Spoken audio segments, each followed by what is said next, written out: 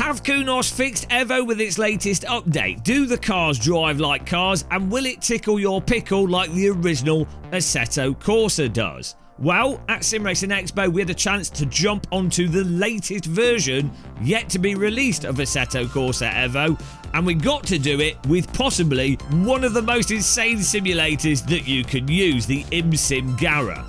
I have to say my brain was absolutely bamboozled after this session, and I'd like to apologise for this video being far too positive. Remember, you have to subscribe to be able to unsubscribe when I say something that makes you cry yourself to sleep at night. Click the like button, or don't. And of course, thank you to all our channel members, supporters that made our trip to Sim Racing Expo possible. You guys are absolute legends and should definitely be thrown into a pit filled with poisonous snakes for what you're allowing to be inflicted upon everybody else.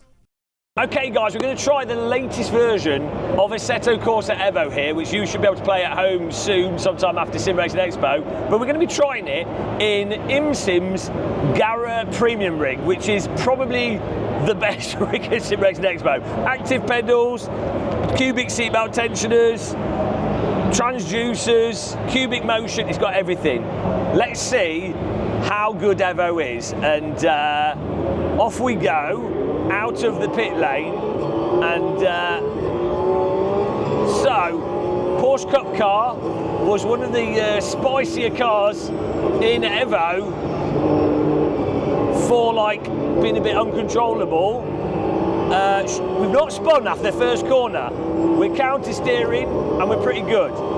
Now I wonder, the big question will be with this is, how much does the motion rig affect the feeling of this game versus how much is it the physics and the update? I've not tried this update at all. This is my first time using it. So what I say in this video, keep in mind, it's based on playing this game on possibly one of the most insane simulators available, and not a budget simulator.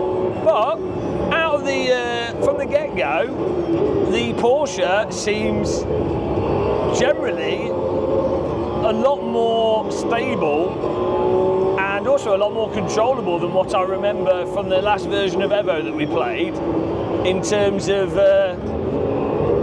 well, the tyres are not seemingly turning off at the limit. It seems a lot more progressive. Not quite sure about the how well we'll find holding the slip, but see, the rear is not just following itself around. Definitely feels like there's a lot more controllability at the limit.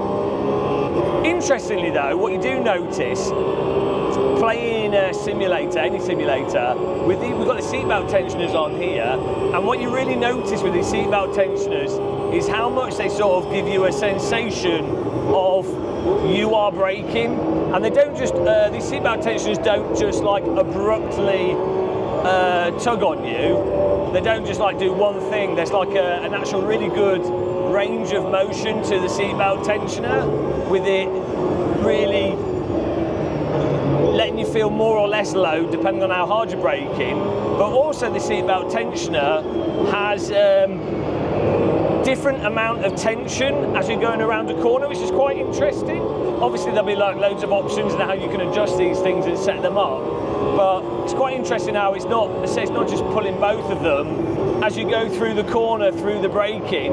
The left one through that left-hander, for example, this one lightens up and this one is still staying loaded up, and I'm not sure if that's high enough resolution force feedback to drive precisely from. Obviously from an esports level it won't matter, but from like an immersive perspective it's really nice that you know, you feel like the car is slowing down and there is some kind of sustained force occurring. There is like a load when you're driving a simulator on a totally static rig. You know, when you brake, it's like you're kind of having to use your imagination. If you're lucky, you might have a force feedback wheel that has forces in it or a simulator that has forces with braking through the wheel, so you can then use that as a reference. But with a lot of sims, unfortunately, they don't tend to give that much detail through the wheel for braking specifically. Again, I'm not sure how high resolution the forces are for braking with these seatbelt tensioners, but from an immersive perspective, it's really nice. Also with the active pedal we've got on here as well, you can really feel under braking a sort of variation of the active pedal, which again really makes up for that lack of feel of braking that you have in a sim rig normally. But do you know what, guys? It's a damn shame that not everybody can have a rig like this at home to experience games. It's going to be absolutely hilarious if I play the latest version of Evo on my home rig, and it basically feels the same as the old version. I'm really hoping that it's not just this rig that's making this feel so good.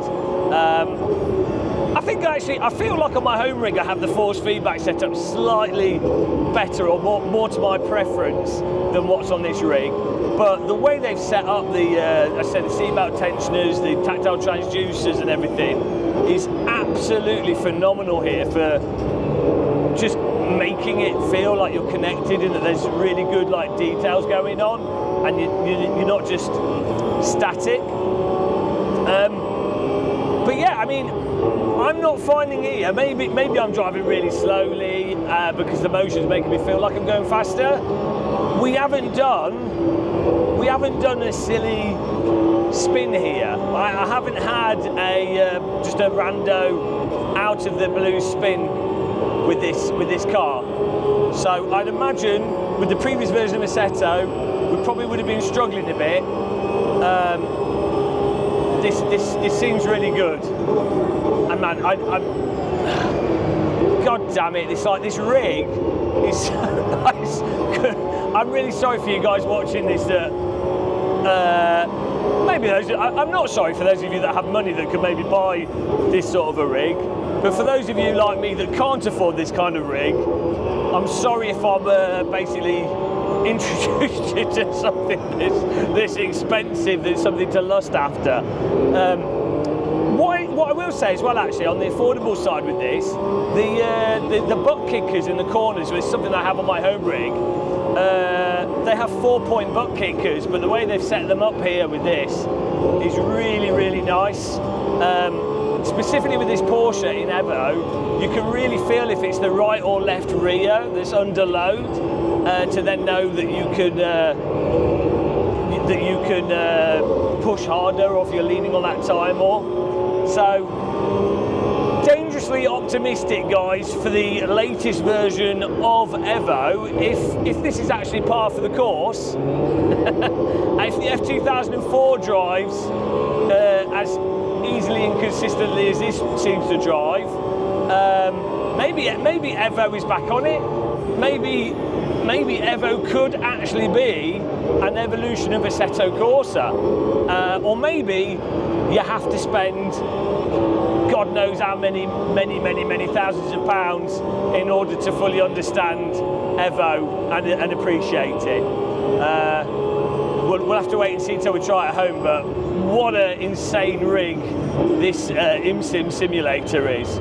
I'm gonna try and get him to allow me to a lap of the Nordschleifer, but it's looking.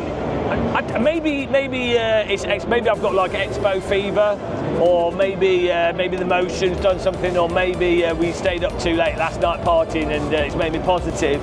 I don't know what it is. Could be the German air, but yeah. Sorry about the positivity, guys. We'll have a negative video coming soon.